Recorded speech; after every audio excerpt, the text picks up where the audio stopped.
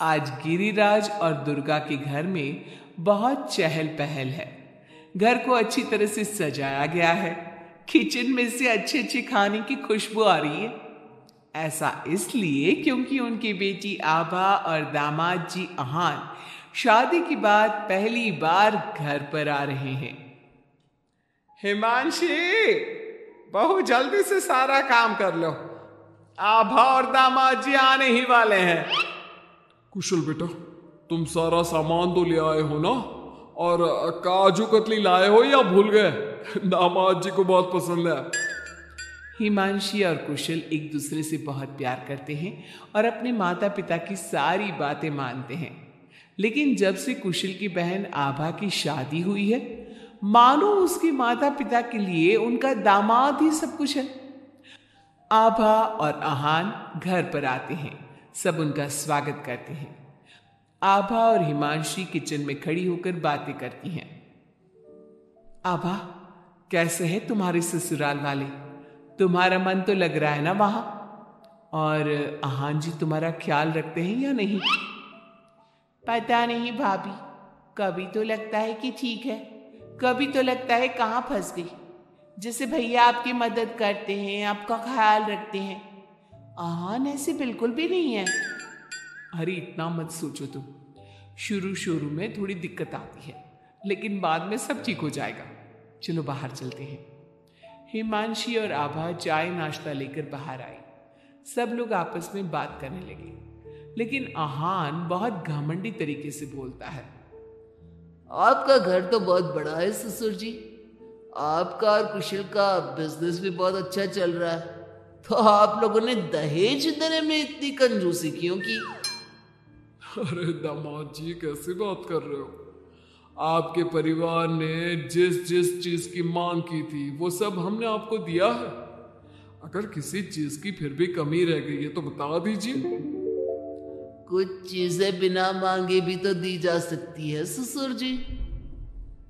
आहान, अगर तुम्हें कुछ और चाहिए तो बता दो, हम तुम्हारी सारी इच्छा पूरी करेंगे।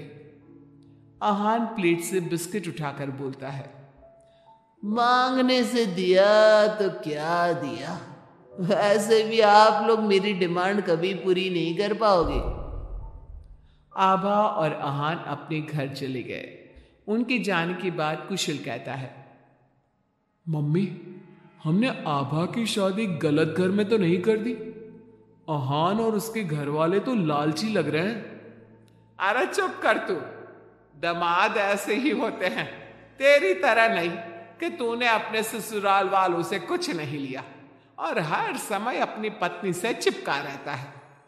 ऑफिस से थका हारा आता है और अपनी पत्नी के साथ घर के कामों में मदद करता है।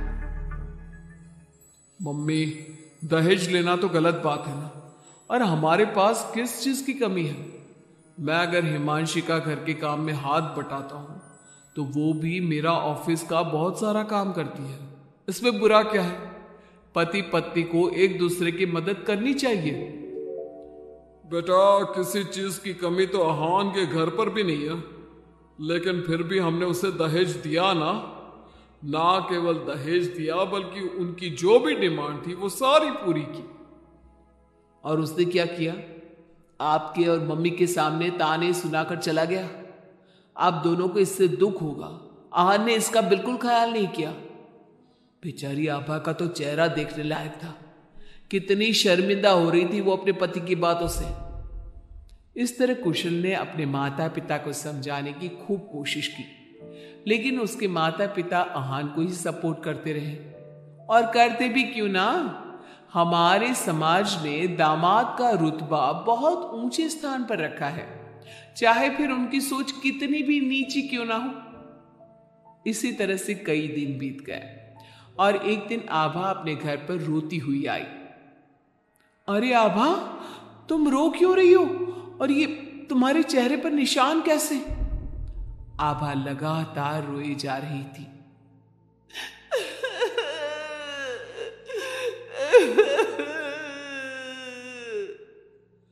अरे बता मेरी बच्ची, क्या हुआ है तुझे? मत रो इस तरह, मेरा तो दिल बैठा जा रहा है। क्या हुआ है बेटा? हिमांशी और दुर्गा के बार बार पूछने पर आभा ने बताया, मम्मी मुझे आहान ने बहुत मारा है। क्या? दामाद जी ने तुझ पर हाथ उठाया? लेकिन क्यों? वो रोज शराब पी कर आते और मुझे मारते, लेकिन आज तो उन्होंने हद ही कर दी। क्या आहान जी शराब पीते? ये बात तो उनके घर वालों ने बताई नहीं थी। अरे कौन अपने बच्चों की कमियां बताता है? आने दे तेरे पापा को, वही बात करेंगे आहान और उसके घर वालों से।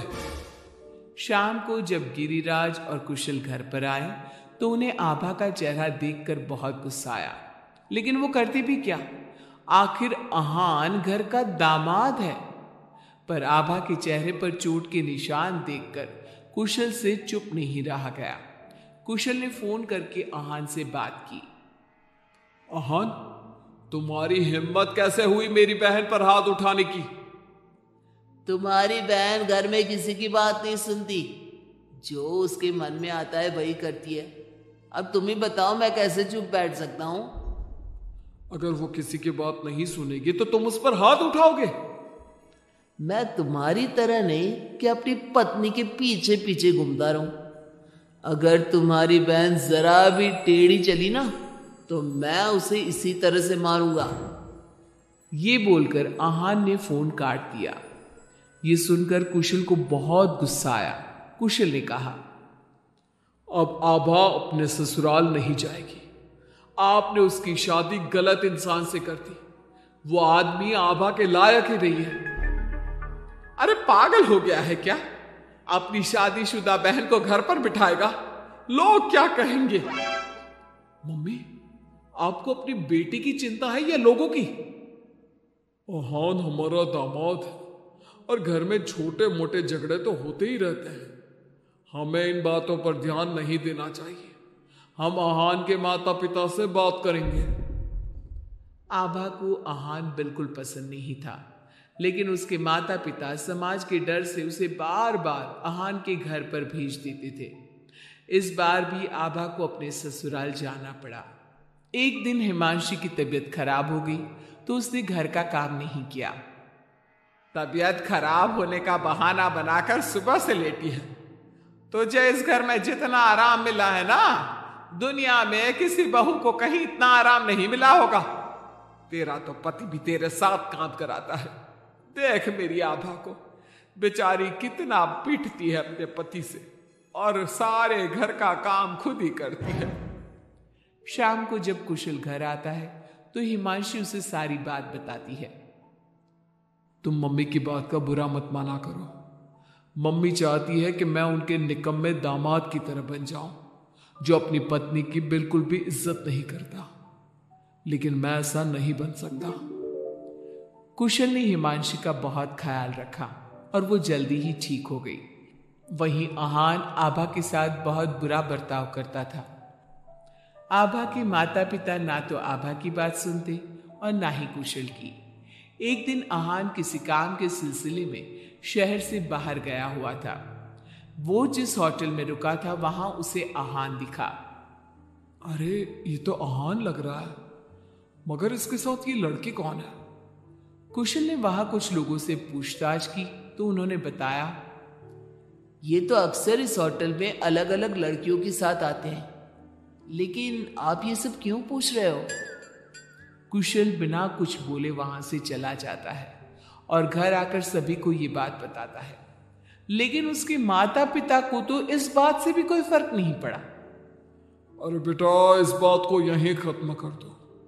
हम आहान से क्या कह सकते हैं? आखिर वो हमारे घर का दामाद है। बेटा देख, ये बात ना आभा को मत बताना, नहीं तो उसे बहुत बुरा लगेगा। आप दोनों किस मिट्टी के बने हैं? दामाद दामाद कहकर आपने उसे सर पर चढ़ा दिया। मैं आपकी बहू के साथ अच्छा बर्ताव करता हूं तो आप मुझे झोरू का गुलाम कहते हैं, और आहान आपकी बेटी को जानवर की तरह पीटता है। आप तब भी उससे बात करने की हिम्मत नहीं करते। आप लोग बेटे और दामाद में इतना फर्क क्यों करते हो? बेटा, दामाद को तो सर का ताज समझा जाता है। हमेशा से ऐसा ही चलता आया है। अरे हमारे समाज ने ऐसे ही नियम बनाए हैं।